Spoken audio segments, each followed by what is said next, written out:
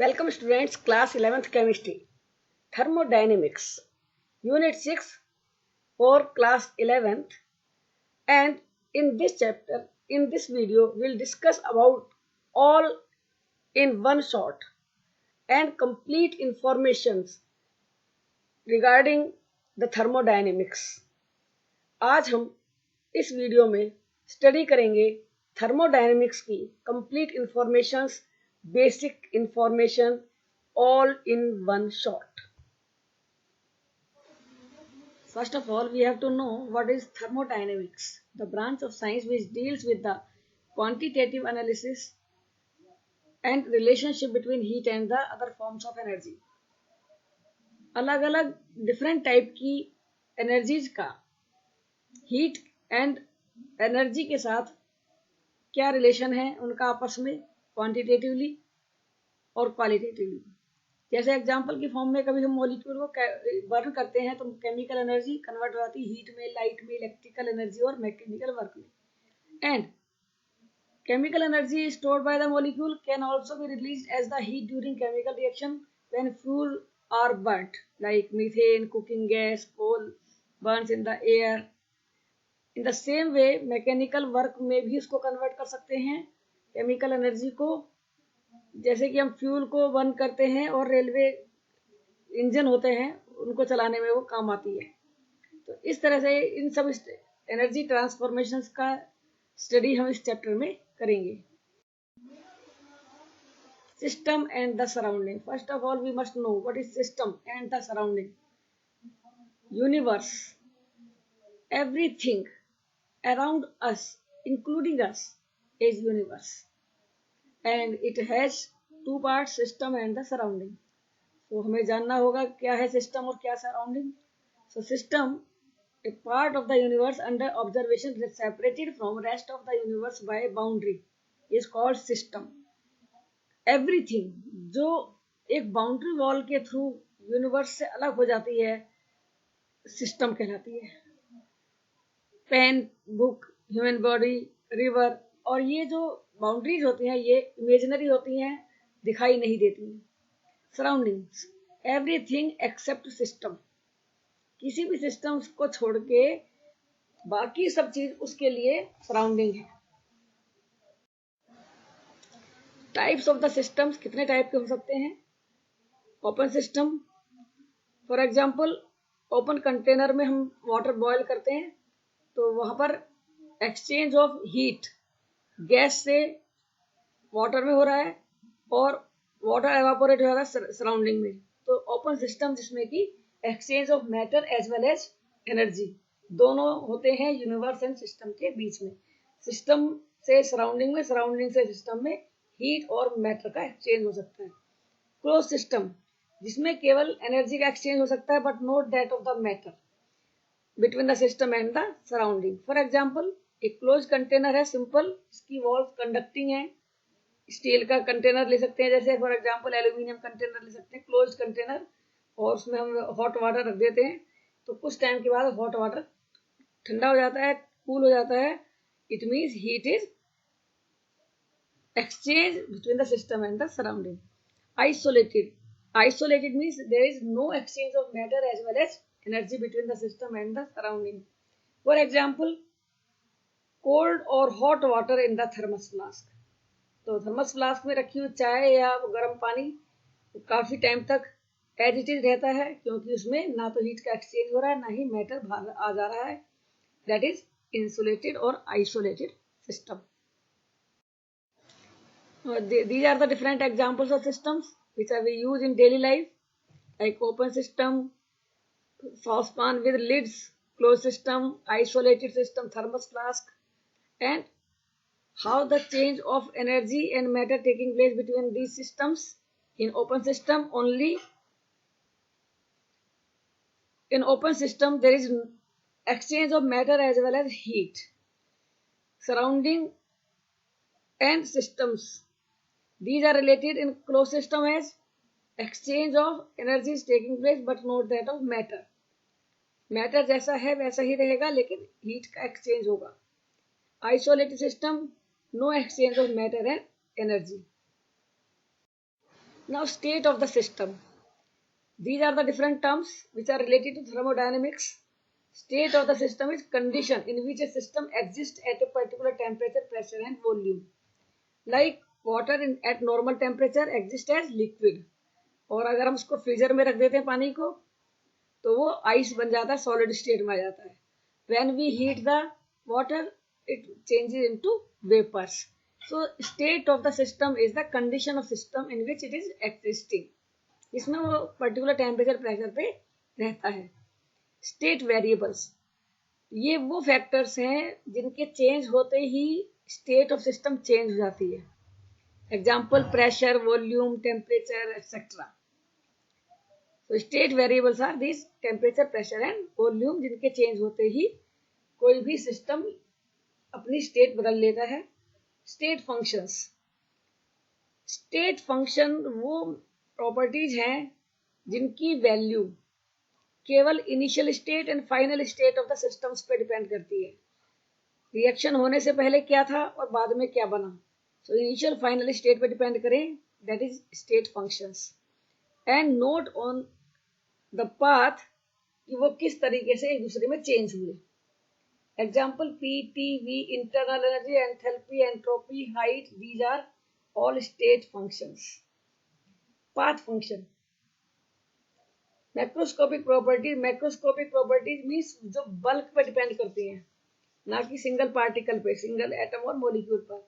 तो macroscopic properties जो depend करे पाथ पे कि किस तरीके से वन स्टेट सेकंड स्टेट में चेंज हुई, उस मेथड पे डिपेंड करे, उस पाथ पे डिपेंड करे, then it is called path function.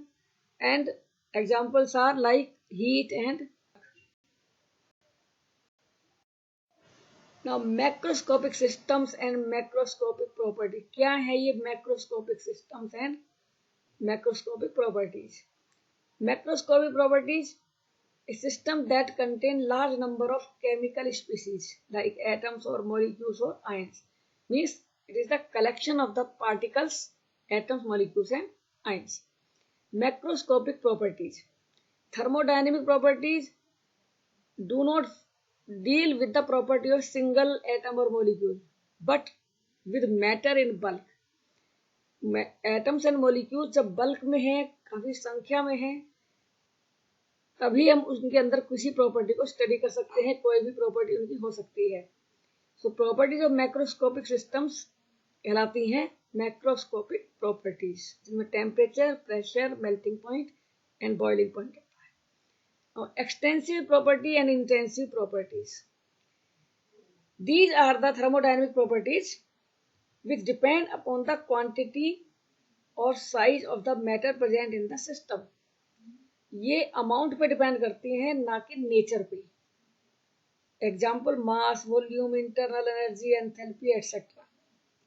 Extensive property means internal quality पर डिपेंड होने वाली प्रॉपर्टीज.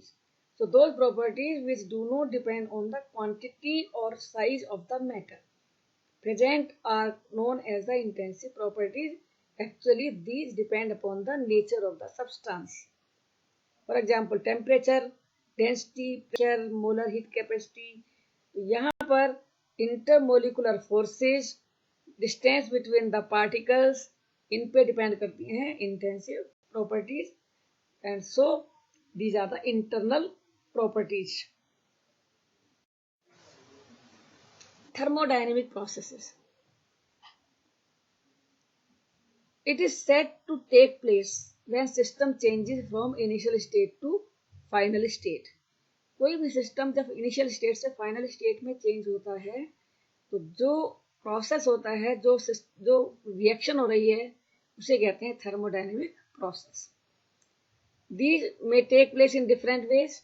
डिफरेंट टाइप की हो सकती हैं. अडायबैटिक सिस्टम, एक ऐसा प्रोसेस जिसमें कि हीट कांस्टेंट बनी रहे, सिस्टम सराउंडिंग के बीच कोई हीट का एक्सचेंज ना हो, दैट इज अडायबैटिक प्रोसेस. और सिस्टम इसमें कंप्लीटली इंसुलेटेड होता है सराउंडिंग से. जैसे एग्जांपल थर्मो फ्लास्क में रखा हुआ पानी. आइसोथर्मल प्रोसेस, एक ऐसा process which takes place in such a way temperature remains constant, temperature change नहीं होता है throughout the process. 50 degree Celsius temperature है, 50 डिग्री सेल्सियस ही रहता है, लेकिन ऐसी कंडीशन में हीट के लेने देने पर रिएक्शन होती है। अगर हीट चेंज होती भी है तो वो एक्सचेंज होगी, और रिएक्शन हो सकती है exothermic as well as endothermic.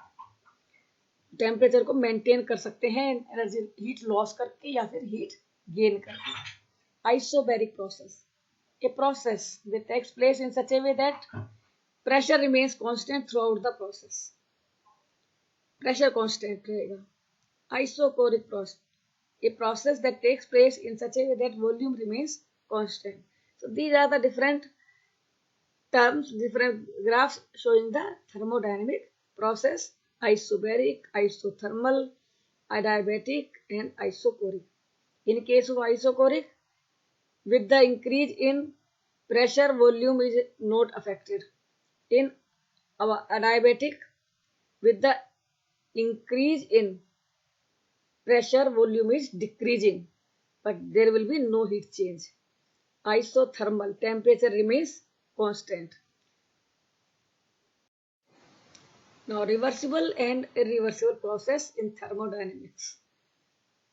A process or change is said to be reversible if the change is brought out in such a way that the process could at any moment be reversed by infinitesimal change and the system remains in equilibrium with the surrounding. बहुत ही small change करते के साथ ही अगर system को reverse किया जा सके तो वो कहलाती है reversible process. Irreversible process, process other than reversible process are known as the irreversible processes, or in general we can say the reactions do not take place in both directions. These can not be reversed by small change or very small change in the condition. Now work. Work is one form of the energy, and a work is said to be done when the point of application of force is displaced in the direction of the force. Means product of force and the distance in the direction of force is known as the work. ये एक mechanical work होता है। Second work study करने के लिए different type of work क्या हो सकते हैं, उन्हें हमें स्टडी करना होगा। Number 1 example electrical work. Electrical cells में ईएमएफ फोर्स का इंडिकेशन है and displacement is the quantity of electricity passed. तो यहाँ पर हम फोर्स को लेंगे ईएमएफ और डीएल को लेंगे current past through the circuit, और वर्क होगा इलेक्ट्रिकल। प्रेशर वॉल्यूम वर्क और वर्क ऑफ एक्सपेंशन और कंप्रेशन। प्रेशर वॉल्यूम वर्क का रिलेशन क्या है? This type of work is involve in systems containing gases. It is the work done when gas expands or contracts against the external pressure, and it is type of the mechanical work. For example, in a container, when we in a open container having a lid, movable lid, अगर उसमें water boil करते हैं तो वो lid up हो सकता है due to pressure of the gas. लेकिन द सेम वे जैसे साइकिल के पाइप में एयर फिल की जाती है और उसमें जैसे जैसे हम उसको दबाते जाते हैं सारी एयर टायर में पहुंचती रहती है, और ये है इस तरह से compression. Consider the cylinder containing 1 mole of the ideal gas fitted with A frictionless piston. एक ही कंटेनर देख रहे हैं, इसमें हमने एक आइडियल गैस को लिया, इसमें कि फ्रिक्शनलेस पिस्टन है, यानी लॉस ऑफ एनर्जी, पिस्टन के मूव करने पर कोई लॉस नहीं होगा एनर्जी का। इनिशियल वॉल्यूम गैस का है सपोज VAI, और प्रेशर लगाया जाता है गैस का, अंदर से जो गैस प्रेशर लगा रही है वो है P, एंड एक्सटर्नल प्रेशर जो कि एटमॉस्फेरिक प्रेशर है वो है PX। Suppose external pressure is greater then the pressure of the gas, तो उस कंडीशन में एक्सटर्नल प्रेशर पिस्टन को अंदर की तरफ मूव कराएगा, गैस कंप्रेस होगी और वॉल्यूम हो जाएगा V final. During this compression, piston moves at a distance L and cross section area of the piston is A. Then volume change will be L into A और वो होगा delta V equal to V final minus V initial. Piston जिस point पर पहले था और final point पर पहुंचता है वहां की लेंथ लेकर और उसके वॉल्यूम से मल्टीप्लाई कर उसके एरिया से मल्टीप्लाई करके हम वॉल्यूम निकाल सकते हैं. So pressure is the force per area. So force will be equal to Px into A. If work is done on the system by the movement of the piston, अगर movement by piston के द्वारा अगर कोई work होता है, then work will be force into distance. So Px into A into L, यहाँ values put करेंगे. Px A is equal to V final minus Vi, that is equal to A into L. So formula is Px delta V and negative sign indicating the work done on the system. It is conventional form. So work will be in negative because we know that work is done by system, that is indicating that work is done. So अगर surrounding work कर रहा है तो उसका negative sign उसमें लिया जाएगा. Negative sign of the expression is required to obtain the conventional sign for work. तो नॉर्मली वर्क का सिंबल है minus P delta V, which will be positive, जो पॉजिटिव साइन के इक्वलेंट है. Positive W is equal to negative P delta V. Compression work is done on the system, और जब V final minus VI negative होगा तो it means the work will be negative but its value will be negative into negative P delta V equal to positive. If compression of gas is carried out in number of finite steps, कई steps में अगर हम इसको कर रहे हैं तो work done on the gas will be summed over all the steps. हर एक स्टेप में कितना वर्क हुआ उस सबको यहाँ प्लस कर दिया जाएगा. और इस फिगर में PV प्लॉट जो कि दिया गया है वर्सेज प्रेशर, ये कांस्टेंट नहीं है और लगातार चेंज हो रहा है, लेकिन एक पर्टिकुलर स्टेप पर. During compression from initial volume to final volume, work done on the gas is expressed by shaded area. तो टोटल वर्क कितना होगा ये हम शेडेड एरिया से निकाल सकते हैं. PV is equal to nRT, the ideal gas equation है. सो P is equal to nRT upon V. और यहाँ पर जब हम इसका इंटीग्रेशन लेंगे तो volume changing from initial to final state, P into delta V, that will be equal to work reversible. And work reversible on calculating it will be equal to minus RT and log natural work V final upon V initial, and maybe minus 2.303 nRT log V final upon V initial. Actually आपको numerical के लिए इस फार्मूले का use करना है जब work होगा reversibly and isothermally. So work reversible is equal to minus 2.303 nRT log V final upon V initial. If compression of gas is carried out in indefinite steps through reversible process, अगर संख्या में मालूम ही नहीं कि कितने steps में reaction को कर रहे हैं, तो हर स्टेप पे कितना कंप्रेशन होगा, the volume decreases by an infinitesimal amount. इतना कम वॉल्यूम चेंज होगा कि हम उसको ऑब्जर्व नहीं कर पाएंगे, and that is indicated by small D V, small change in volume. और उस कंडीशन में जो वर्क होगा वो इस रिलेशन से दे सकते हैं, work is equal to minus integration from V initial to V final Px dV. तो डेल्टा V यूज करेंगे जब लार्ज चेंज होगा और स्मॉल d यूज करेंगे जब स्मॉल चेंज होगा. Here P external each stage is equal to P initial plus dP. हल्का सा चेंज होगा इसमें प्रेशर में, that is by d P, और कंप्रेशन के केस में पॉजिटिव साइन, एक्सपेंशन के केस में P एक्सटर्नल होगा P इनिशियल माइनस dP, और इस तरह से हम निकाल सकते हैं P external. Heat, system and surroundings are at different temperature. Internal energy of the system is changed by transfer of heat through thermally conducting walls. जब सराउंडिंग सिस्टम में टेम्परेचर अलग अलग है तो इंटरनल एनर्जी का लेन देन होगा conducting walls के through.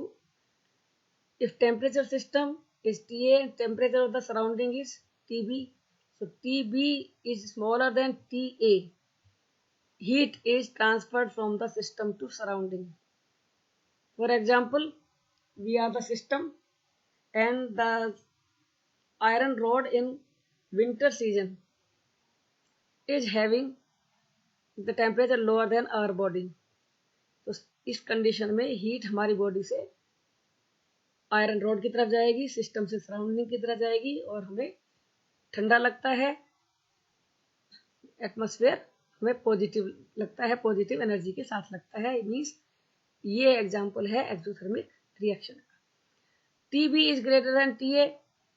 In the same way TB, suppose TA we are the system and TB is the surrounding. In that case, अगर हमारी बॉडी से हीट की वैल्यू कम है और बाहर सराउंडिंग में ज़्यादा है तो सराउंडिंग से हीट हमारी बॉडी में आएगी. इसलिए गर्मियों के टाइम में, समर टाइम में हमें गर्म लगता है, हम गर्म फील करते हैं because heat is entering our body from the surrounding. In this case change in internal energy delta U उस हीट के बराबर होगा and no work is done at constant volume. तो उस टाइम पर वॉल्यूम कांस्टेंट बना रहेगा और जितनी भी हीट इसमें ट्रांसफर होगी, ली जाएगी, दी जाएगी, वही होगी change in internal energy. Thermodynamic quantities. In this chapter we have to study some thermodynamic quantities, internal energy, enthalpy, entropy and free energy. So first of all, what is internal energy? Internal energy is the sum of all forms of energies that may be stored in a substance, like electrical energy, nuclear energy, chemical energy, kinetic energy and potential energy and so on.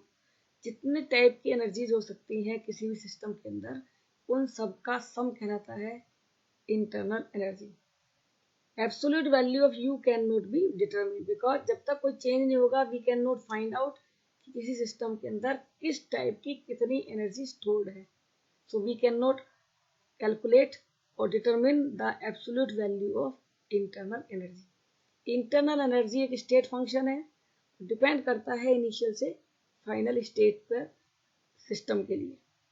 Internal energy change, अगर ER internal energy reactant की है और EP product की है, जिनको कि हम determine नहीं कर सकते, लेकिन दोनों में जो डिफरेंस है वो हमें एनर्जी के फॉर्म में मिल सकता है या फिर लॉस हो सकता है. That difference is known as internal energy change. Sign of internal energy change, हमें ध्यान देना होगा इनके साइन क्या हो सकते हैं. If EP is greater than ER, that is energy of product is greater than energy of reactant, change in internal energy delta U will have positive sign और रिएक्शन होगी endothermic. If EP is lesser than ER, product की energy reactant की energy से कम है, तो वहां पर डेल्टा U होगा नेगेटिव और एनर्जी होगी आउट सिस्टम से और रिएक्शन होगी exothermic. Unit of energy, these are joules in SI unit and ergs in CGS system. Exothermic and endothermic reactions, reactions in which energy is evolved out or heat or energy is emitting from the system. For example, calcium oxide plus carbon dioxide combine together form calcium carbonate and heat change is given as -178. It is exothermic reaction. Delta is negative, indicates the exothermic process. If EP is lesser than ER, energy of product, is lesser than energy of reactant, so change in their energy will be negative और energy evolve out होगी, reaction होगी exothermic. Endothermic reaction जिनमें energy absorb की जा रही है. For example H2O solid ice changes into H2O liquid bye absorbing heat from the surrounding, और यहाँ पर हीट चेंज दिया जाएगा पॉजिटिव में 6.00 kilo joule per mole. In this case the energy of product will be higher than energy of reactant, और दोनों का जो डिफरेंस पॉजिटिव में होगा. ये साइन है एंडोथर्मिक प्रोसेस के लिए. First law of thermodynamics. As per first law of thermodynamics, energy can neither be created nor destroyed although it may be converted from one form to another. एक form दूसरे में change हो जाएगी, लेकिन total energy constant बनी रहती है universe की. ना तो इसको हम खत्म कर सकते हैं, ना ही इसको हम बना सकते हैं. How can we derive the mathematical relation? Suppose initial energy of the system is U1 and plus Q heat is supplied to it. Total energy becomes U1 plus Q. And during this transfer of heat, work done on the system is W. So total internal energy becomes U2. That will be equal to U1 plus Q plus W. So delta U is equal to U2 minus U1, and that is equal to Q plus W.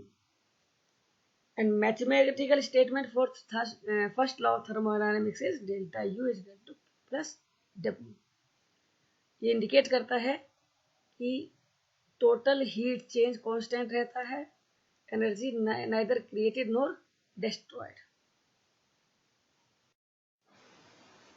Isothermal and free expansion of the ideal gases. Isothermal means temperature is constant. Expansion of gas vacuum में हो रहा है suppose, तो work वहां पर zero होगा. P external क्योंकि zero है इसलिए वर्क भी जीरो होगा. Work is equal to P into delta V. If P is zero, P into delta V is zero. Also, Joule determined experimentally that Q is equal to 0, heat change is 0, so delta U will be 0. इस time पर isothermal और free expansion means in the vacuum. Q is equal to 0, work is equal to 0, so internal energy change is also 0. ये point आपको याद रखने होंगे कि कब वर्क जीरो होगा, कब P एक्सटर्नल जीरो होगा, वैक्यूम में P एक्सटर्नल जीरो होगा. Again delta U is equal to Q plus W first law of thermodynamics के बेस पर है, और ये isothermal reversible and reversible changes के लिए इस तरीके से एक्सप्लेन किया जा सकता है. These are the main points. For isothermal irreversible change value होगी Q is equal to minus W, that is equal to P external into V final minus V initial. Isothermal reversible changes reaction दोनों तरफ चल रही है, so Q will be equal to 2.303 nRT log V final upon V initial. And for adiabatic changes where Q is 0, it is equal to delta U is equal to work adiabatic. जितना work होगा वही delta U होगा, जितना delta U होगा उतना ही work adiabatic होगा. Free expansion. Free expansion means vacuum में, उसको हम फ्री एक्सपेंशन कहते हैं. अभी हमें डिस्कस कर चुके हैं कि किस तरह से वैक्यूम में एक्सपेंशन करने पर क्या वर्क होगा, कितनी हीट चेंज होगी. लेकिन व्हाट इज फ्री एक्सपेंशन, इसको हमें समझना होगा. No work is done during free expansion. Work will be zero whether process is reversible और इरिवर्सिबल. किसी भी टाइप की रिएक्शन हो, कोई वर्क नहीं होगा, P एक्सटर्नल जीरो होगा, और ऐसी कंडीशन में डेल्टा U भी जीरो होगा. Mathematical statement of first of thermodynamics we know that delta U is equal to Q plus W. Delta U is equal to Q minus P delta V. So if a process is carried out at constant volume, then delta U is equal to QV, and change in internal energy is the heat supplied at constant volume. It is the definition for internal energy change. It is the heat change in energy change during constant volume. J.P. Joule, इन्होंने बताया कि for given amount of work done on the system, no matter how it was done, इन्होंने बताया कि system पे जो work हो रहा है पाथ पे डिपेंड नहीं करता है अगर इनिशियल और फाइनल स्टेट सेम है, और by convention we can say that work done on the system is positive work, work will be have positive sign, और उस टाइम पर इंटरनल एनर्जी सिस्टम की इंक्रीज होगी। जब सिस्टम पे सराउंडिंग का वर्क होगा इंटरनल एनर्जी इंक्रीज होगी। Work done by the system on surrounding, तो वर्क नेगेटिव होगा और इंटरनल एनर्जी सिस्टम की डिक्रीज होगी। अगेन Q इज पॉजिटिव, अगर हीट सप्लाई की जा रही है सराउंडिंग से सिस्टम में, साइन स्पेशली याद रखने होंगे, and Q will have negative sign if heat is transferred from system to surrounding for exothermic reaction. Q and W ये पाथ फंक्शन है, लेकिन दोनों का जो सम है डेल्टा U ये स्टेट फंक्शन है। It is very important. Path पे डिपेंड नहीं करता, इनिशियल एंड फाइनल स्टेट पे डिपेंड करता है। If there is no transfer of energy as heat और वर्क, कोई नहीं है, तो वहां पर डेल्टा U जीरो होगा क्योंकि वर्क भी जीरो है एंड Q भी जीरो है, and as per the formula delta U is equal to Q plus W, both are zero, so delta U is zero. Now we can discuss the problem 6.1. Express the change in internal energy of the system. Number 1. No heat absorbed by the system from the surrounding, but work is done on the system. What type of wall does the system has? For first point, delta U is equal to work adiabatic because wall is adiabatic. No heat is exchanged. No work is done on the system, work कोई नहीं है, but Q amount of heat taken out from the system, तो Q का sign होगा यहाँ पर negative, W is equal to zero, so delta U is equal to negative Q because the walls are thermally conducting. Third point, work W amount of work is done by the system means it will have negative sign, and Q amount of heat is supplied to the system. Q is having positive sign. So what type of system would be it? Solution इसका क्या होगा? Delta U is equal to Q minus W, और ये system होगा closed system. One more problem 6.2. 2 litre of ideal gas है, एक pressure 10 atmosphere पर expand करते हैं isothermally into vacuum until its volume is 10 liter. How much heat is absorbed and how much work is done in the expansion? First of all, we must know that it is isothermal process. Temperature is constant. So Q is equal to negative W, means actually conventionally it is P external multiplied by V final minus V initial, because P external is 0, it is in vacuum, so work done will be 0, no work is done, so heat is absorbed. Problem 6.3. Consider the same expansion but in this time against a constant external pressure. P is given 1, so work done will be equal to, in that case we have Q is equal to negative W equal to P external into 8, difference of the external and final and initial volume, that is 10 minus 2 equal to 8. So Q is equal to 8 liter atmosphere. One more problem. Consider the expansion given in problem 6.2. For 1 mole of ideal gas conducting reversibly, and in that case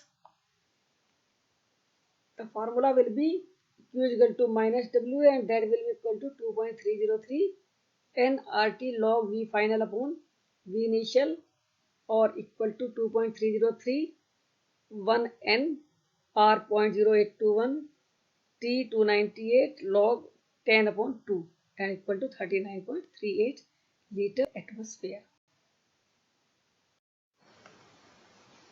First of all, we must know the enthalpy. In last video, we have studied about the first law of thermodynamics, internal energy, and different thermochemical terms. And in continuation, now we are going to start the enthalpy. The enthalpy is the amount of energy which can be converted into heat, also called heat content.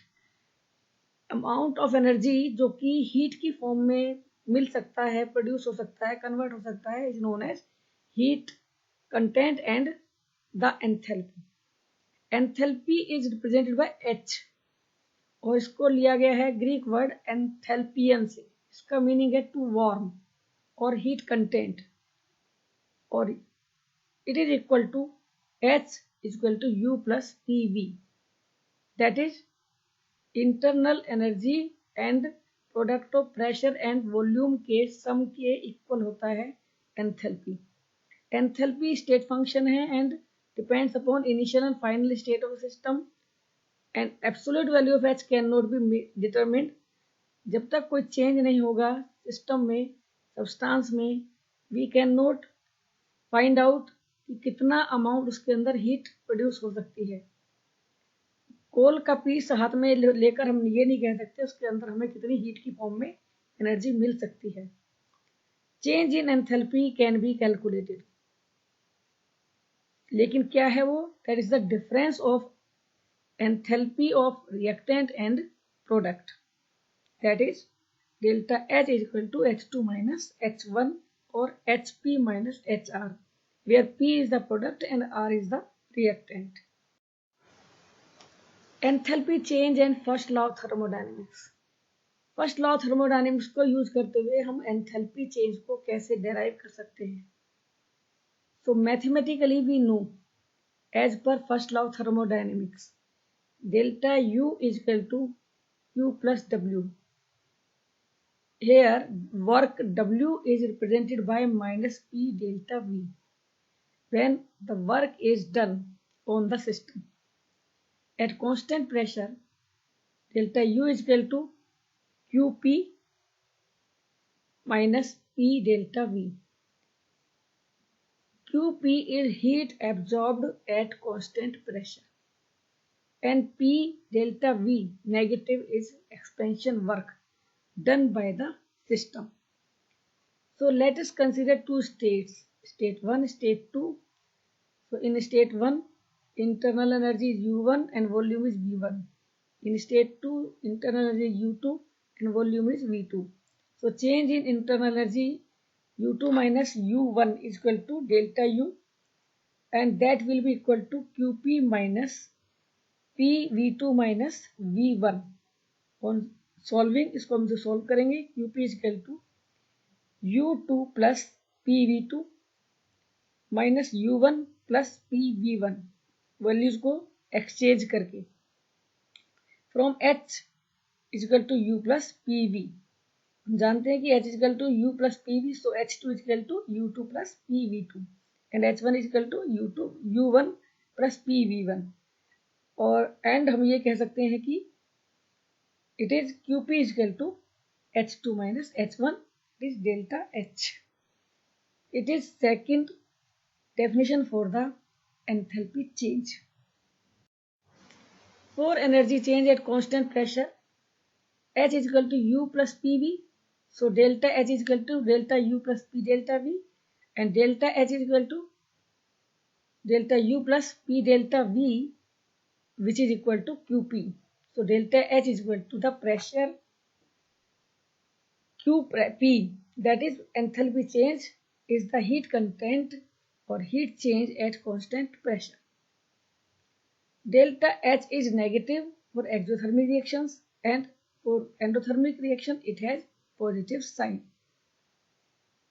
at constant volume, when delta V is 0, delta H is equal to delta U plus P delta V, delta H becomes equal to QP and delta U becomes QV. तो दोनों के बीच में जो difference है केवल condition का है कि कांस्टेंट प्रेशर पे हीट चेंज कहलाएगा एंथैल्पी चेंज और कांस्टेंट वॉल्यूम पर that is equal to internal energy change. The difference between delta H and delta U is not significant for systems having solid or liquids only, क्योंकि solid और liquid states में volume में significant change नहीं होता है. सो delta H and delta you nearly same होंगे. Now measurement of delta U and delta H means internal energy change and delta H means enthalpy change. It is the process calorimetry, experimental technique used to measure energy changes associated with chemical and physical process is called calorimetry. Calorimetry experimentally delta U and delta H की value को निकालने के लिए use technique है. एक calorimeter is a device, ये एक instrument है used to measure the amount of heat change in a chemical or physical process by measuring temperature change.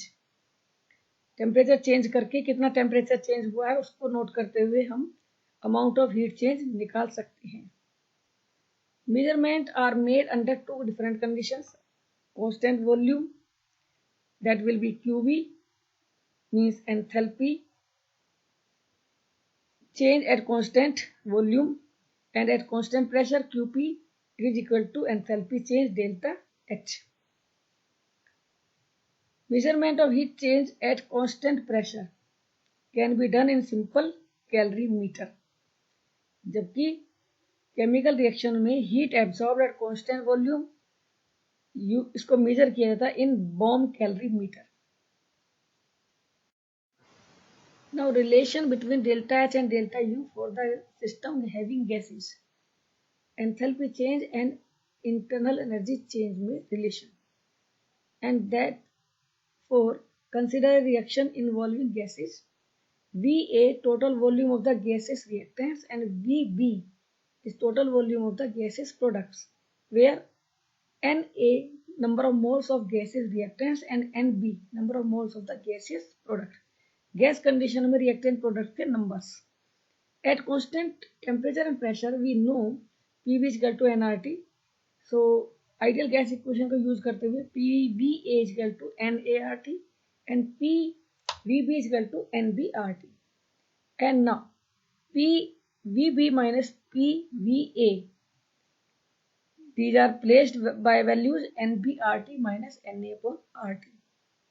So that is equal to NB minus NA common and RT is common with them. That is equal to delta NG RT.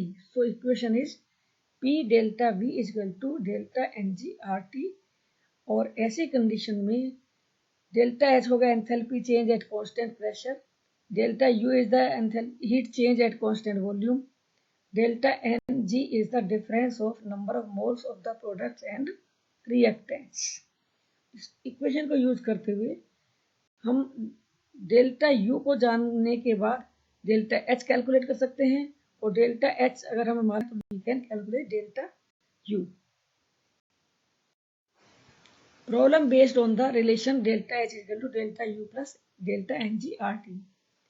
First of all हमें मालूम होना चाहिए कि हमें ये find out करना है कि न्यूमेरिकल में क्या वैल्यूज दी गई हैं.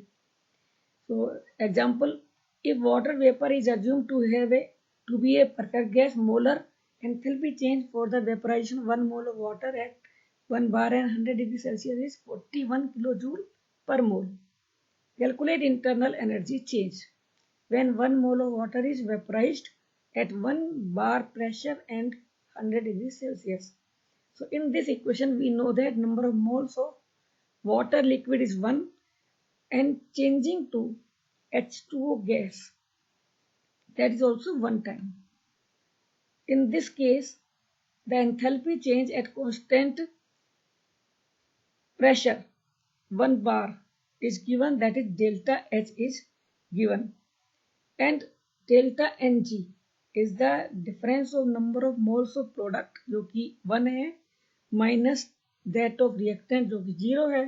So delta N is equal to 1. R is 8.3 joule per Kelvin per mole or 8.3 10 to the power minus 3 kilojoule per Kelvin per mole. T is equal to 100 degrees Celsius, that is equal to 373 Kelvin. So placing all these values in the formula, we can find out the delta U value. In the same way, problem number 6.7 from NCERT. A swimmer coming out from a pool is covered with a film of water weighing about 18 gram. Water का जो weight है वो 18 gram है, that is equal to 1 mole. How much heat must be supplied to evaporate this water, means heat of vaporisation चाहिए. Calculate the internal energy of vaporisation at 298. Delta H vaporisation is given 44.01 kilojoule per mole. So for that we have to know the process of vaporization. Liquid water is converting into H2O gas and delta N must be 1 minus 0 equal to 1. Delta H is given 44.0.1.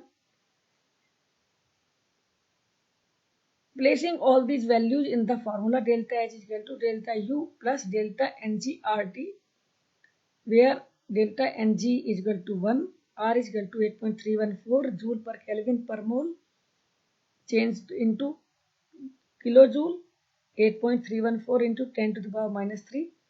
T is 298. Value of delta U can be calculated easily. Now thermochemical equations. Thermochemical equation normal way, we only use the number of molecules of gases are reacting and products are formed, and we balance the only number of particles, molecules and atoms of each element. लेकिन thermochemical equations में reactant and products के moles के साथ साथ उनकी balanced equation में reactant products की physical state and enthalpy change को भी डिनोट किया जाता है, and that is known as the thermochemical equation. Example, ethyl alcohol plus 3O2 gives 2CO2 3H2O liquid. तो यहाँ पर ethyl alcohol, oxygen, CO2, H2O की फिजिकल स्टेट्स इंडिकेटेड हैं. साथ ही साथ इस प्रोसेस में कितना हीट चेंज है वो भी इंडिकेटेड है. इक्वेशन कहलाती है thermochemical equation. Balanced thermochemical equations में जो कोफिशिएंट्स होंगे रिएक्टेंट एंड प्रोडक्ट्स के सामने, वो उनके नंबर ऑफ मोल्स को रिप्रेजेंट करेंगे, ना कि मोलिक्यूल्स को. न्यूमेरिकल वैल्यू डेल्टा एच की रेफर करती है number of moles of substance specified by an equation. Equation में कितने प्रोडक्ट बन रहे हैं उनके बेस पर डेल्टा एच की वैल्यू इक्वेशन में होगी. एंड फॉर स्टैंडर्ड वैल्यू इसको लिया जाता है एच किलोजूल पर मोल, यूनिट होगी किलोजूल पर मोल. जब थर्मल केमिकल इक्वेशन को रिवर्स करते हैं तो उसकी डेल्टा एच रिएक्शन भी रिवर्स हो जाती है, जैसे कि एग्जांपल में है nitrogen and hydrogen react to form ammonia. So delta H is minus 91.8 kilojoule per mole. But when ammonia is decomposed to give N2 and H2, delta H is having positive sign. So these values are having same value but with opposite sign.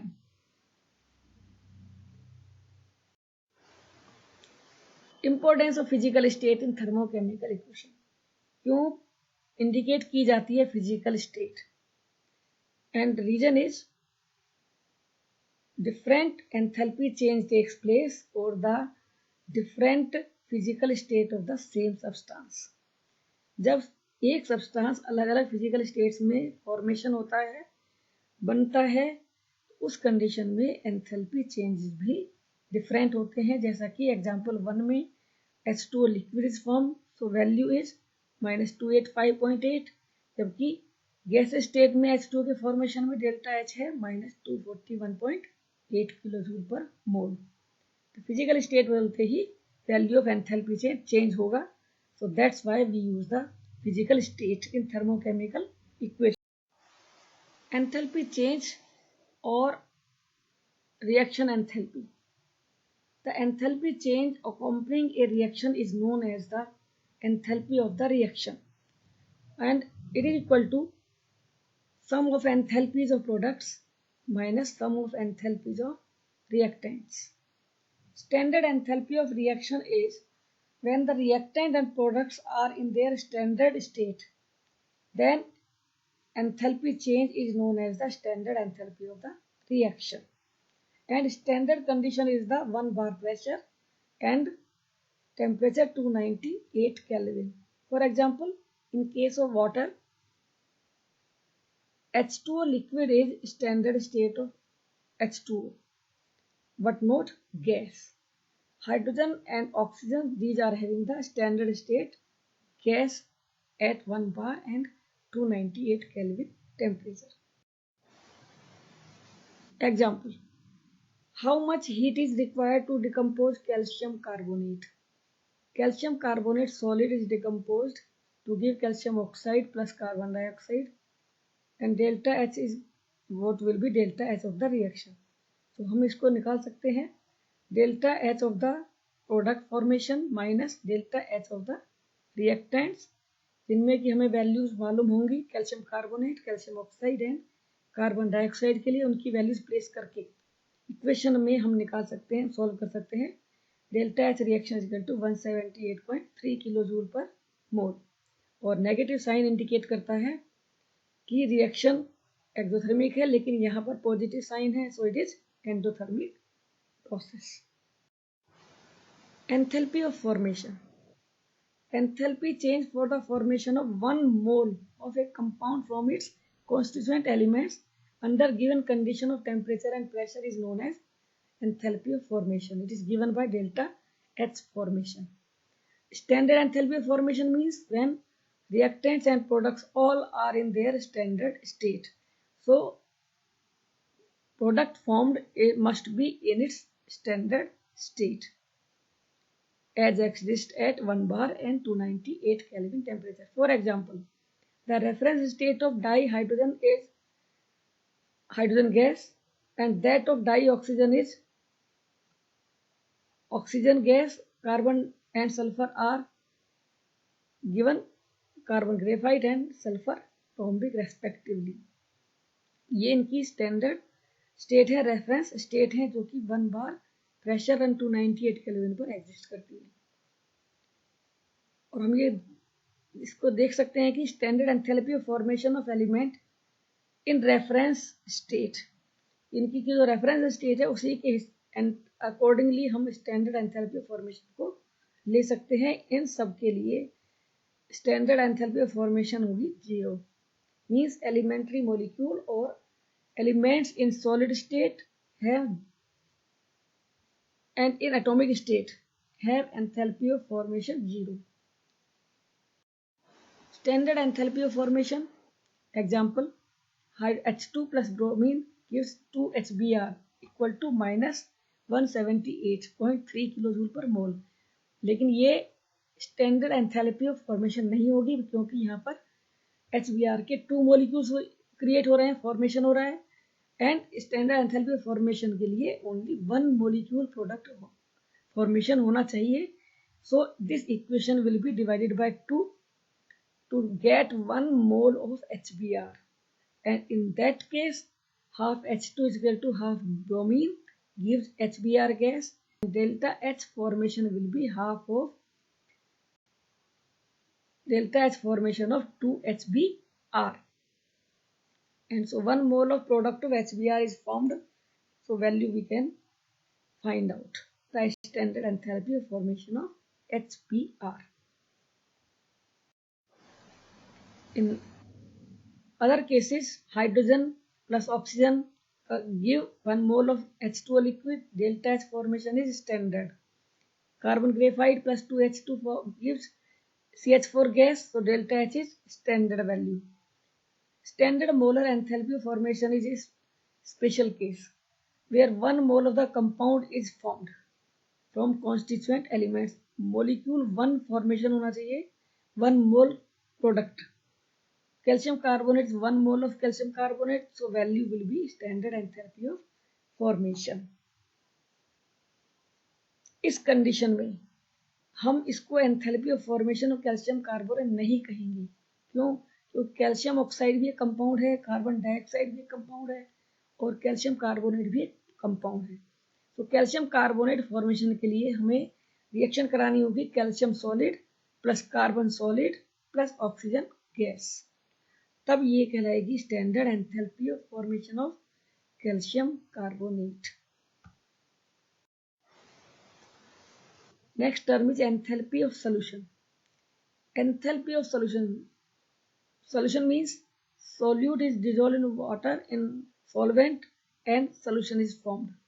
So enthalpy of solution is when 1 mole of solute is dissolved in excess of solvent, that on further dilution, on further adding solvent, no heat change takes place. So that maximum enthalpy change is the enthalpy of solution. Example, KCl solid 1 mole dissolved in water gives KCl aqueous, water का solution बन जाता है. Delta H solution will be positive 18.6. But in case of copper sulfate, it is having value delta H solution equal to minus 66.5 kilojoule per mole. In one case, it is endothermic reaction, solution ठंडा हो जाएगा.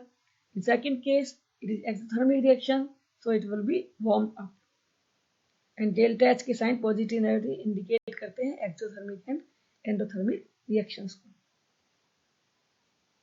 Because most of the reactions of solution, solubility or dilution are endothermic, तो temperature increase करने पर इनके rate increase होंगे, ज्यादा से ज्यादा सोल्ट सोलेबल होगा वाटर में. Enthalpy of solution is sum of lattice enthalpy and heat of hydration. Solid substance जब aqueous solution बनाएगा, उस कंडीशन में कुछ salts अपने हाइड्रेटेड सॉल्ट्स बनाते हैं और उसके बाद वो हाइड्रेटेड सॉल्ट वाटर में डिसॉल्व होगा. So that is the combination of lattice enthalpy and heat of hydration. अब ये दो टर्म क्या हैं? Lattice enthalpy when amount of energy required to dissociate the ionic solid into its own ions. Solid के एक मोल का अपने आयंस में टूटने के लिए जो एनर्जी चाहिए, that is lattice enthalpy. And enthalpy of hydration means standard enthalpy change when 1 mole of solid anhydrous salt combines with requisite number of water molecule to form hydrated salt. Anhydrous means बिना water वाला. And dry, when dry salt required number of water molecule के साथ combine करके जब hydrated salt बनाता है 1 mole, तो enthalpy of hydration कहलाती है standard enthalpy of हाइड्रेशन. इस केस में अगर लैटिस एंथैल्पी हाई है और हीट ऑफ हाइड्रेशन कम है तो डिसॉल्व नहीं होगा. Standard enthalpy of combustion. Combustion means जलाना, burning. So combustion reactions are exothermic naturally. Standard enthalpy of combustion is defined as enthalpy change per mole of the substance. जब एक मोल substance किसी भी compound का, किसी भी सब्सटेंस का ऑक्सीजन की प्रेजेंस में बर्न होता है तो कितनी एंथैल्पी चेंज होगी, that is enthalpy of combustion. और अगर ये स्टैंडर्ड स्टेट में है then it is standard enthalpy of combustion. जैसे कुकिंग गैस है सिलेंडर्स में, उसमें C4H10 होता है. C4H10 का ऑक्सीडेशन करने पर टोटल हीट मिलेगी माइनस 2658 किलोजूल पर मोल, और ये एक्सोथर्मिक रिएक्शन है because delta H is negative. In the same way, glucose जो कि हम अपने फूड में लेते हैं और उसके डिकम्पोजिशन से, उसके ऑक्सीडेशन से जो हमें एनर्जी मिलेगी that is minus 2802.0 kilojoule per mole. That is heat is produced in our body due to oxidation of the glucose. It is not combustion, it is oxidation. तो ग्लूकोज के oxidation से हमें पर मोल glucose यानी 180 gram glucose को लेने पर 2802 kilo joule per मोल heat हमें एनर्जी हमें मिल सकती है अपनी बॉडी को, जो कि हमारी अलग अलग वाइटल रिएक्शंस को चलाने में हेल्पफुल है। Enthalpy change during phase transformation. Phase transformation, कुछ सब्सटेंसेज ऐसे होते हैं जो कि more than one physical state पाए जाते हैं और अलग अलग कंडीशन और टेम्परेचर प्रेशर पर एक दूसरे में चेंज हो सकते हैं। तो यही है phase transformation. So standard enthalpy of fusion number 1. Fusion means melting. So when one mole of solid melts into liquid state, enthalpy change is called enthalpy of fusion. H2O solid ice converts into H2O liquid. So enthalpy of fusion is 6.00 kilojoule. Endothermic reaction.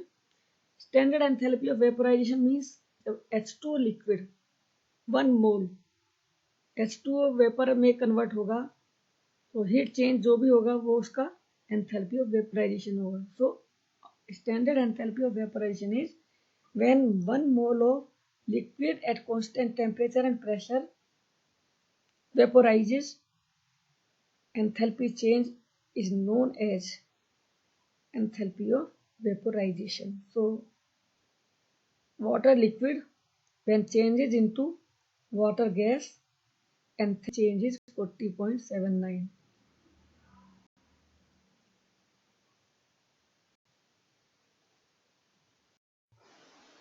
Standard enthalpy of sublimation. Sublimation is the direct conversion of solid into its vapor state. So it is defined as change in enthalpy when 1 mole of solid changes directly from solid state to gaseous state at constant temperature and pressure. Solid carbon dioxide, जिसको हम dry ice भी कहते हैं, 195 kelvin पर Sublime होती है और उसकी एंथैल्पी चेंज है 25.2 kilo joule per mole. Naphthalene sublimes slowly and for that delta H sublimation is 73.0 kilojoule per mole. So that depends upon the strength of intermolecular interactions in the substance. Phase transformation के दौरान दोनों states में intermolecular interactions के difference पर depend करेगी enthalpy of sublimation, fusion और vaporisation. Enthalpy of atomisation related to atoms. It is the enthalpy change on breaking 1 mole of bonds completely to obtain atoms in the gaseous phase. Example, hydrogen gas gives 2H gas and delta H for atomization is 435.0 kilojoule per mole. Means 1 mole of hydrogen gas decomposed to give 2 mole of hydrogen atoms. So enthalpy change is enthalpy of atomization, that is 435.0 kilojoule per mole.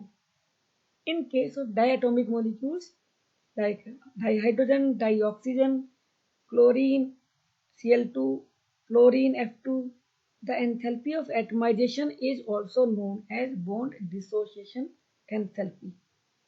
Other examples are CH4 gas decompose 1 mole to give 1 mole carbon solid gas plus 4 mole atoms of hydrogen gas and delta H is 1665 kilojoule per mole. But it is not the enthalpy of atomization because in this case 4 bonds are splitting and it is not equal to bond dissociation enthalpy. In case of sodium plus sodium solid gives sodium gas and delta H is 108.4. It is the enthalpy of sublimation and equal to enthalpy of atomization. Hess's law of constant heat summation.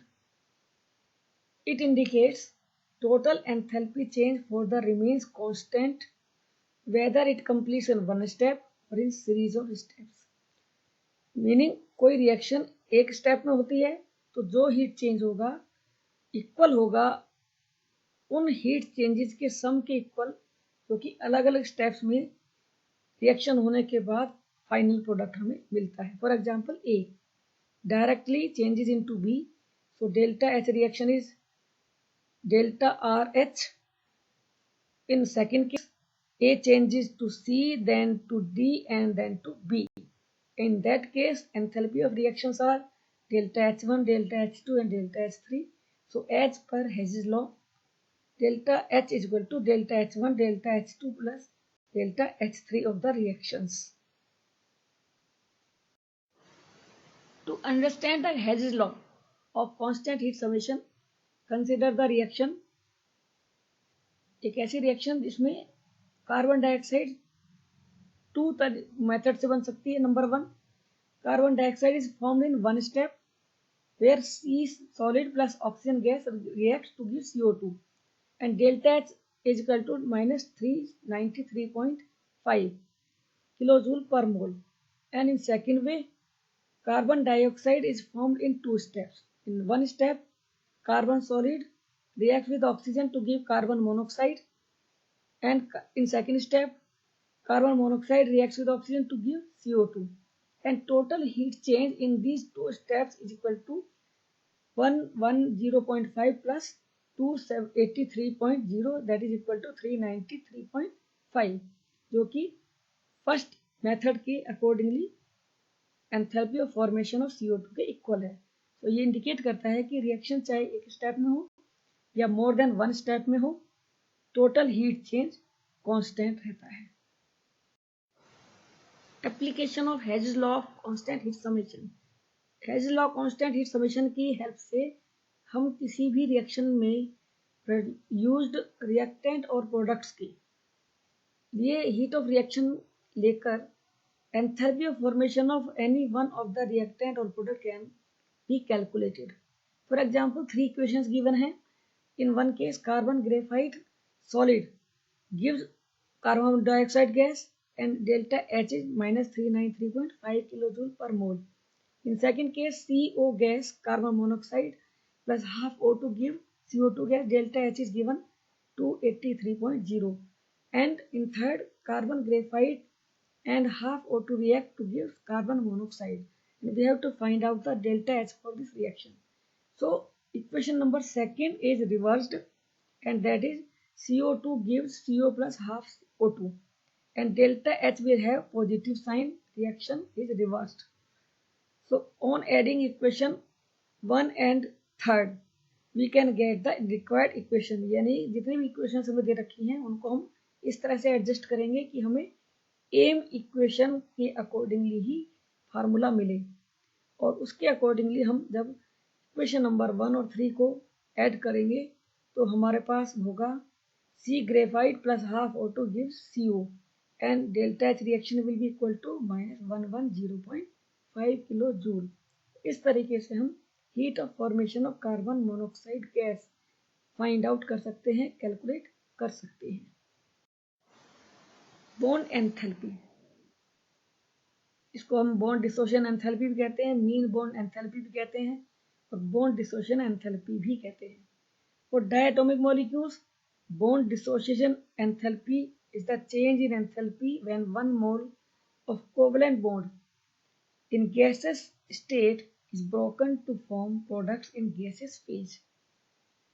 Product भी gas है और reactant भी gas है, और एक मोल reactant gas split होके जब gases product बनाता है, एटम्स बनाता है, तब इसे हम कहेंगे एंथैल्पी ऑफ डिसोसिएशन और bond dissociation enthalpy. In case of first example, hydrogen gas, 1 mole of hydrogen gas splits to give 2 mole of hydrogen atoms in gas state. Delta H is 435.0 kilojoule per mole. It is its bond enthalpy. In case of Cl2, oxygen, in the same way, the values are their bond enthalpies as 1 mole bond is splitted. Mean bond enthalpy, इस term का use किया जाता है poly atomic molecules में. जैसे methane में 4 CH bonds हैं, सभी इक्वल हैं, तो energy required to break the individual CH हम उससे फाइंड आउट कर सकते हैं। CH4 से CH3 से एक H बनेगा। टोटल 4 इक्वेशंस दी गई हैं और टोटल वैल्यूज हैं CH4 splits to give C gas plus 4H gas.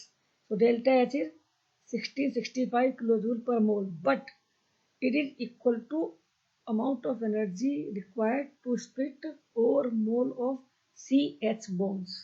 So its mean bond enthalpy will be 1/4 of 1665 kilojoule per mole, equal to 416 kilojoule per mole. And standard enthalpy of reaction is related to bond enthalpy of reactants and products in gas phase reactions. Lattice enthalpy.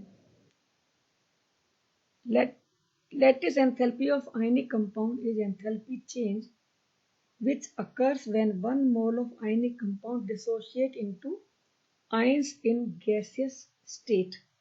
Example, NaCl ionic solid decomposes to give Na plus gas and Cl minus gas, and NaCl is taken as 1 mole, so it is its enthalpy, lattice enthalpy 788 kilojoule per mole. Since it is impossible to determine the lattice enthalpies directly by experiment, so we can use the Hedges law, and the enthalpy diagram is known as Born-Haber cycle. Hedges law के accordingly reaction 1 step में हो या more than 1 step में हो, दोनों ही तरीके से total heat change constant रहता है. Born-Haber cycle, for example, for sodium chloride. So in one case, sodium plus half chlorine reacts to give NaCl solid, and it is the enthalpy of formation of NaCl solid. In second way, reaction takes place in different steps. In one step, sodium solid changes to sodium gas, and sodium gas changes to sodium ion gas, and total heat changes are delta H sublimation and delta H ionization. In second case, half Cl2 decomposes to give Cl gas, and so it requires half bond dissociation energy, and then Cl gas changes to Cl minus gas. Here is the enthalpy change, electron gain enthalpy, and then Na plus and Cl minus ions जो form में हुए हैं, जो बने हैं, वो react करते हैं और बनाते हैं NaCl solid. So that is lattice enthalpy. In this case, total enthalpy of reaction is delta H reaction final will be sum of these 5 forms of energies, that is delta H sublimation, delta H ionization plus half of delta H bond dissociation energy plus electron gain enthalpy plus lattice energy. Out of these, sublimation energy, ionization energy, bond dissociation energy, these are having positive sign, but lattice enthalpy and electron gain enthalpy have negative sign. So having all these values, we can find out the lattice enthalpy equal to 788 kilojoule per mole. ये है born-Haber cycle, जिसमें कि हम hedges law को use करते हुए किसी भी सब्सटेंस की लैटिस एंथैल्पी फाइंड आउट कर सकते हैं. Spontaneity and non-spontaneity. What are spontaneous and non-spontaneous processes? So spontaneous processes are those which either take place on their own or on initiation, or once started proceeds without the external input of the energy. Reactions जो अपने आप से होती हैं या फिर small initiation पर होती हैं और एक बार स्टार्ट होके चलती ही रहती हैं जब तक कि उनको एक्सटर्नल फोर्स से रोका ना जाए. For example, dissolution of common salt in water, अपने आप से डिजोल्व हो जाता है. Evaporation of water in the open container, rolling of the ball down hill, ball हमेशा नीचे की तरफ चलती चली जाती है, rusting of iron, melting of ice, और ये रिएक्शंस हैं spontaneous reactions. Processes that occur in on initiation, तो इनिशिएट करने पर रिएक्शन स्टार्ट होते हैं। For example, lightning of the candle involving burning of wax, candle को जलाया जाता तब वो जलती है और जलती ही रहती है। Heating of calcium carbonate giving calcium oxide and carbon dioxide. Freezing of water at temperature at 0 degree Celsius, तो फ्रीजर में हम वाटर को रख देते हैं तो फ्रीज हो जाता है और बर्फ बनती है, आइस बन जाती है। Non spontaneous processes that neither take place on their own nor by initiation, वो रिएक्शंस जो अपने आप से भी नहीं होती और इनिशिएट करने पर भी नहीं होती, बट इफ स्मॉल इनिशिएशन देने पर अगर वो स्टार्ट हो भी जाती है तो इनिशिएशन हटाते ही स्टॉप हो जाती हैं। For example, flow water up a hill, कभी भी वाटर हिल्स पे ऊपर की तरफ नहीं जाता।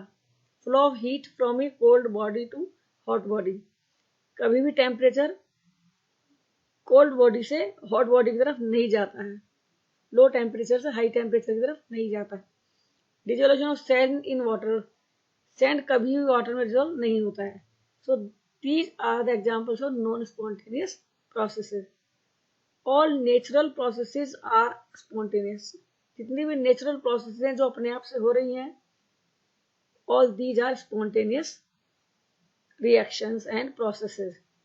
Now question arises, why some processes are spontaneous? So for that, there is some force which is responsible for the spontaneity of the reaction or process, that is known as the driving force. So a force which is responsible for spontaneity of the process is called driving force. Now what is the source of driving force? For that, number 1 point is given, tendency to gain minimum energy, and it is observed that to acquire maximum stability, each object, living or non-living, tries to get minimum energy. Her object living और non living stability के लिए कम से कम energy लेना चाहता है, या जब वो कम से कम एनर्जी पे होता है तो स्टेबल हो जाता है। As exothermic reactions occur with the decrease in energy, और आप जानते ही हैं कि एक्सोथर्मिक रिएक्शंस में हीट और एनर्जी कम होती चली जाती है, because heat and energy evolve out होती है। सो एक्सोथर्मिक रिएक्शंस ही स्पॉन्टेनियस होनी चाहिए, बिकॉज उसमें एनर्जी कम होती जा रही है, डिक्रीज होती जा रही है। So first point is driving force for the spontaneous process is decrease in energy, and हमें मालूम होना चाहिए कि डेल्टा एच जब नेगेटिव होगा तो पहली कंडीशन है स्पॉन्टेनियस रिएक्शन होने के लिए। For example, nitrogen and hydrogen form ammonia with delta H negative, hydrogen and chlorine react to give HCl, delta H is negative. So all these reactions are having delta H negative and these are spontaneous. But the question arises, is delta H negative sole criterion for the spontaneity? कि क्या केवल delta H का negative होना sufficient है spontaneity के लिए? No. और इसका रीजन है, कुछ एग्जांपल्स होंगे। Number 1, endothermic reactions with delta H positive also take place. कुछ ऐसी रिएक्शन जिनमें डेल्टा H पॉजिटिव है फिर भी होती हैं। For example, nitrogen plus oxygen, NO is formed and delta H is positive 33.2. In the same way, carbon graphite and sulfur react to form CH2, यहाँ पर भी डेल्टा H पॉजिटिव है। इसके अलावा आइस मेल्ट होती है, आइस मेल्टिंग में it absorbs energy and it is spontaneous process, ice अपने आप ही पिघल जाती है। इट मीन्स एंडोथर्मिक रिएक्शन भी स्पॉन्टेनियस हो सकती है। Number 2, Reversible reactions also occur. If H2 plus I2 react to form Hi with delta H positive, and its reversible reaction will be Hi will decompose to give H2 and I2, and their delta H is negative. So reversible reactions hona means if forward reaction is exothermic, its endothermic reaction is backward. A number of reactions are there where delta H is positive, but still these are spontaneous. कुछ ऐसी reactions जिनमें delta H positive रहती है फिर भी होती हैं, और इसके अलावा even those reactions for which delta H is negative rarely proceed to complete.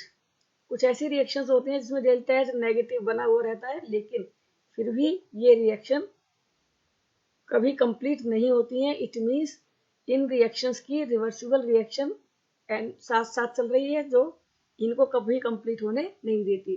तो इस तरह से डेल्टा एच पॉजिटिव जिस रिएक्शंस में है वो भी स्पॉन्टेनियस हो सकती हैं. जिनमें डेल्टा एच जीरो है वो रिएक्शन भी होती है. It means delta H negative is not sole criteria. अब what is the other factor, क्या हो सकता है दूसरा factor along with delta H negative? So that factor is tendency to acquire maximum randomness. हम एक ऐसा एग्जाम्पल कंसीडर करेंगे, एग्जाम्पल लेंगे जिसमें डेल्टा एच जीरो है, no heat change is taking place. For example, two gases A and B are taken. These are inert gases and the separated by valve. As soon as we open the valve, जैसे valve open करते हैं, stop को खोलते हैं, open करते हैं, तो ये गैसेस जबकि आपस में कोई रिएक्शन नहीं कर रही हैं, कोई हीट चेंज नहीं है, फिर भी particles of gas A go towards the gas B and particles of gas B go towards the gas A. तो इन गैसेस का आपस में मिक्स होना इंडिकेट करता है कि डेल्टा एच जीरो होते हुए भी ये प्रोसेस चल रही है. और इस प्रोसेस में one point is to be observe. हमें क्या महसूस हो, हम क्या ऑब्जर्व कर रहे हैं कि यहाँ पर when gas A and gas B ये दोनों अलग अलग बल्ब में थे, कंटेनर में थे, तब इनके पार्टिकल्स ऑर्डर्ड थे. लेकिन जैसे ही हमने स्टॉप को ओपन किया तो ये पार्टिकल्स तुरंत तेजी से एक दूसरे में मिक्स होने लगते हैं. That is the condition of disorder, जिसको हम रैंडमनेस कहते हैं. तो इसका मतलब है कि डेल्टा एच के साथ साथ एक दूसरा फैक्टर है, वो है डिसऑर्डर और randomness, which may be responsible for the spontaneity. Driving force is the resultant of E factor and randomness factor. Means total sum of energy factor and randomness factor will decide whether reaction is spontaneous or not. And if energy factor E favors, that is delta H negative, and randomness factor opposes, that is randomness is negative, decreasing. If E is stronger, reaction will be spontaneous, but if it is weaker, reaction will be non-spontaneous. In second case, if randomness factor favors and energy factor opposes, but in this case, the factor which is stronger will decide the spontaneity of the reaction. If E is greater than R, which is opposing, it is greater, so reaction will be non-spontaneous. If E is smaller, weaker, reaction will be spontaneous. तो जो factor favourable है, अगर वो strong है तो reaction भी spontaneous होगी. In the same way, if energy factor and randomness factor both oppose, means reaction is endothermic and randomness is decreasing. So reaction will be always non-spontaneous. Reaction नहीं होगी. If energy factor E and randomness factor are both favor, दोनों ही favour कर रहे हैं, तो reaction हमेशा spontaneous होगी. इस तरह से हम डिसाइड कर सकते हैं कि वेदर रिएक्शन इज स्पॉन्टेनियस और not. Entropy. Entropy is the measure of degree of randomness और disorder in the system. System में कितना डिसऑर्डर है या कितना रैंडमनेस है, इसे हम एंट्रोपिक टर्म से मेजर करते हैं. Greater the disorder higher is the entropy. जितना ज्यादा डिसऑर्डर उतने ज्यादा entropy. Entropy can not be measured but change in entropy can be measured. Entropy, क्योंकि सिस्टम में जब तक कोई चेंज ना हो तब तक हम मालूम नहीं कर सकते कि उसके अंदर कितनी एंट्रोपी हो सकती है, कितना डिसऑर्डर हो सकता है. Delta S entropy change that can be measured and given by the enthalpy change divided by temperature, and T is the boiling point or melting point in Kelvin. Entropy change is a state function. ये एक state function है और extensive property है. Quantity पर, amount पर depend करती है. State function है. It depends on initial and final state of the system. Entropy changes in the order minimum for solids and maximum in gases. The total entropy change for the system and the surrounding is given by delta S is equal to delta S system plus delta S surrounding, and that will be always greater than 0. When a system is in equilibrium, means rate of forward reaction and rate of backward reaction are equal, entropy change will be 0. So equilibrium reactions के लिए entropy change 0 होगा, delta S 0 होगा, क्योंकि reactant product की दोनों की entropy equal मानी जाएगी. Since entropy is a state function, we can calculate change in entropy by the formula delta S system is equal to Q system reversible by T. Under isothermal conditions, for reversible and irreversible expansion, for either gas, reversible condition हो या irreversible हो, लेकिन temperature constant है, in that case delta U is 0 but delta S total is not 0 for irreversible process.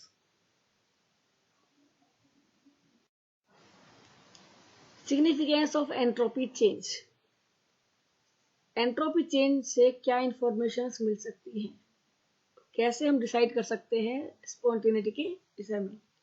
So if delta S total is greater than 0, process will be spontaneous. Means delta S is having positive sign. If delta S is lesser than 0, then process is non-spontaneous and it means delta S is having negative sign. But in equilibrium state, delta S total is 0. So delta S of system alone cannot decide the spontaneity of the process for closed as well as open systems, but it depends upon the system and surrounding. Entropy of fusion. It is change in entropy when 1 mole of the solid substance changes to liquid state at its melting point, and given by delta S fusion is equal to delta S fusion by T. Means enthalpy change of fusion divided by temperature. Temperature is melting point in Kelvin. Entropy of vaporization. It is change in entropy when 1 mole of liquid changes to gaseous state at its boiling point, and delta S vapor is equal to delta H vaporization divided by T, and here T is the boiling point. Second law of thermodynamics. Second law of thermodynamics have different statements. Number 1, all non-spontaneous reactions are thermodynamically irreversible. जितनी भी spontaneous reactions होती हैं वो thermodynamically irreversible होती हैं, अपने आप से बैकवर्ड नहीं चलती. total entropy of the universe is increasing and tends to be maximum. Universe की एंट्रोपी जो सिस्टम एंड सराउंडिंग पर डिपेंड करती है हमेशा इंक्रीज ही होती है, मोर देन जीरो रहती है and try to be maximum. और without the help of an external energy spontaneous reaction can not be reversed. बिना किसी एक्सटर्नल सोर्स के, एनर्जी के, एक स्पॉन्टेनियस रिएक्शन को हम बैकवर्ड डायरेक्शन में नहीं चला सकते. Complete conversion of heat into work is impossible without leaving some effect. किसी भी रिएक्शन में हीट का कन्वर्जन कंप्लीटली वर्क में नहीं हो सकता, इसके अलावा भी इसमें कुछ ना कुछ डिफरेंट इफेक्ट्स प्रोड्यूस होते हैं. Now third law of thermodynamics. According to it, entropy of any pure crystalline substance approaches zero. As the temperature approaches absolute zero, it is called third law of thermodynamics. इसके accordingly किसी भी pure crystalline substance की entropy zero होगी जब absolute zero temperature होगा. And इसकी importance है, the importance of the third law is that absolute value of entropy of pure substance can be determined. Gibbs energy and Gibbs function, which is represented by G. It is fourth extensive property which is given in this chapter. Gibbs energy is the part of energy which is available to do some useful work. Total energy का वो part जो कि कुछ useful work करने के लिए available रहता है, that is gives energy.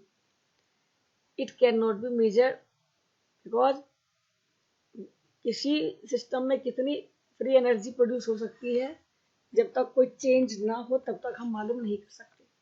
Value of G depends on H and entropy and given by formula G is equal to H minus T S. Gibbs function G is an extensive property. Quantity पे, amount पे depend करती है, ना कि nature पे. And as state function means initial और final state पे depend करती है, ना कि पाथ जिसके थ्रू प्रोसेस को कराया गया है. Its absolute value can not be measured. The change in Gibbs energy for the system delta G which is equal to G2 minus G1 or Gp minus Gr, G product minus G reactant, that can be given as delta G system is equal to delta H system minus T delta S system minus S T delta S system. At constant temperature delta T is 0, so delta G system is equal to delta H system minus T delta S. So delta G इन दो values पर depend करती है, delta H and T delta S पर. हम ये कह सकते हैं कि जो ड्राइविंग फोर्स क्वालिटेटिवली हम रिप्रेजेंट कर रहे थे, the quantitative driving force is the Gibbs energy और गिब्स फंक्शन, जो कि enthalpy change as well as entropy change पर डिपेंड करता है. And delta G is equal to delta H minus T delta S. It is the Gibbs equation, और इसका दूसरा नाम भी है Gibbs Helmholtz equation. So delta is the net energy available to do some useful work, और ये उस free energy का मेजर है जो कि किसी भी सिस्टम से हमें कुछ यूजफुल वर्क करने के लिए अवेलेबल हो सकती है. Gibbs energy and spontaneity. Gibbs energy के बेस पर हम स्पॉन्टेनिटी के बारे में कैसे मालूम कर सकते हैं. We know that delta S total is equal to delta system plus delta S surrounding. If the system is in thermal equilibrium with the surrounding, temperature दोनों का सेम है, then the temperature of the surrounding is same that as the surrounding system. So increase in enthalpy of the surrounding is equal to decrease in enthalpy of the system. यहाँ पर जितनी enthalpy surrounding की कम होगी उतनी ही enthalpy of system increase होगी. Therefore, entropy change of the surrounding is given by delta S surrounding is equal to delta H by T and equal to delta H system by T, and on calculating delta S total is equal to delta S system plus minus delta H system by T and equal to T delta S is equal to T delta S system minus delta S system. And again on converting the changes, find that delta G is equal to delta H minus T delta S, and minus T delta S total is equal to delta G. So we know that if delta S is positive, then reaction is spontaneous. So minus T delta S means delta G will have negative sign. So minus T delta S total is equal to delta G, or we can say T delta S total is equal to delta G. तो जितना ज़्यादा delta S positive होगा, delta G negative होगा, और delta G का negative होना ही spontaneity की identification है. दस decrease in free energy is measure of useful work. जितना डेल्टा जी कम होता जाएगा, जितना फ्री एनर्जी चेंज कम से कम होता जाएगा, उतना ही होगा useful work. Significance of Gibbs free energy.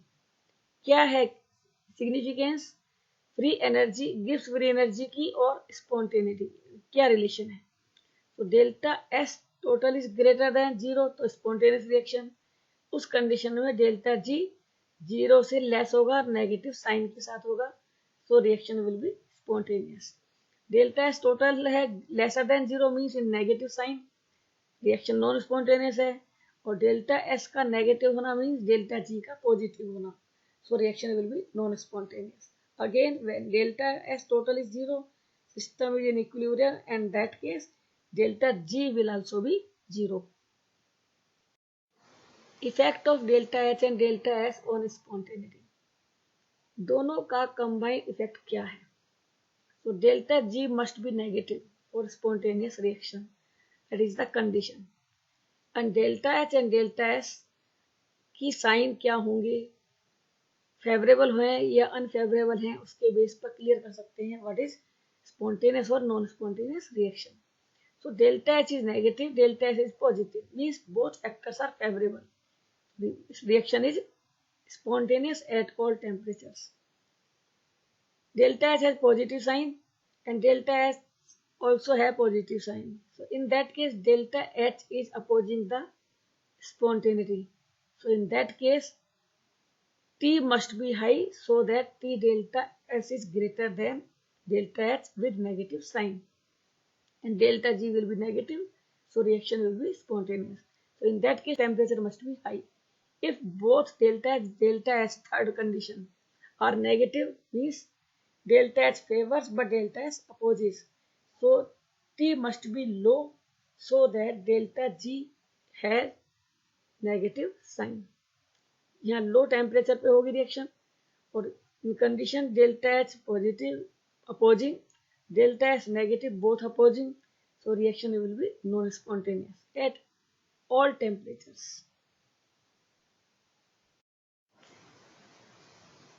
ये टेबल है जिसको कि हम स्टडी कर सकते हैं डेल्टा एच डेल्टा एस के साइन को देखते हुए, और उनको हम जैसे ही डेल्टा एच डेल्टा एस को साइन के साथ delta G equal to delta H minus T delta S में प्लेस करेंगे, तो हमें अलग अलग कंडीशंस में ये डिसाइड कर सकते हैं कि टेम्परेचर कितना होना चाहिए कि रिएक्शन स्पॉन्टेनियस रहे.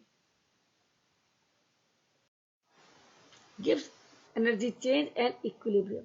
क्या रिलेशन है इक्विलिब्रियम स्टेट से गिव्स एनर्जी चेंज का? तो इक्विलिब्रियम स्टेट एग्जिस्ट करती है रिवर्सिबल रिएक्शंस के लिए, जहाँ पर कि reaction forward as well as backward direction में सेम रेट पर जब होती हैं, तब होती है थर्मोडायनेमिक इक्विलिब्रियम स्टेट. और इस कंडीशन में reactants are converting into products and products are converting into reactants. So it means reaction in both the directions should proceed with decrease in free energy. Delta G का negative होना forward as well as backward direction दोनों में होना चाहिए और तभी reaction spontaneous हो सकती है. It is possible only if at equilibrium the free energy of the system is minimum. और ये तभी हो सकता है जब सिस्टम की फ्री एनर्जी मिनिमम हो.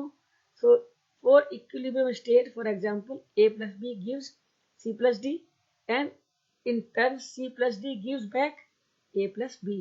So delta g reaction must be 0 for spontaneity of the reaction. Reaction के स्पॉन्टेनियस मीन्स अपने आप से चलना, रिएक्शन का होना. That is possible if delta G is negative, but at equilibrium state it is 0 in value. Gives energy change for the reaction in which all reactant products are in standard state. Then it will be known as the standard Gibbs energy change. Delta G negative not. It is related to equilibrium constant by the equation delta G is equal to delta G plus RT log natural K, but at equilibrium state delta G is equal to 0, so delta G R naught is equal to minus RT log natural K and equal to delta G equal to minus 2.303 RT log K, where K is the equilibrium constant. By placing the values, delta G is equal to delta H minus T delta S, that is equal to minus 2.303 RT log K. For strongly endothermic reactions, the delta G or delta G for having negative sign, delta H must be large and positive. The value of in that case will be lesser than 1. Value of K will be lesser than 1 when delta H is large and positive and reaction is not favorable. In case of exothermic reactions, delta H naught is large and negative. So in that case, delta G will be large and negative and K will be greater than 1.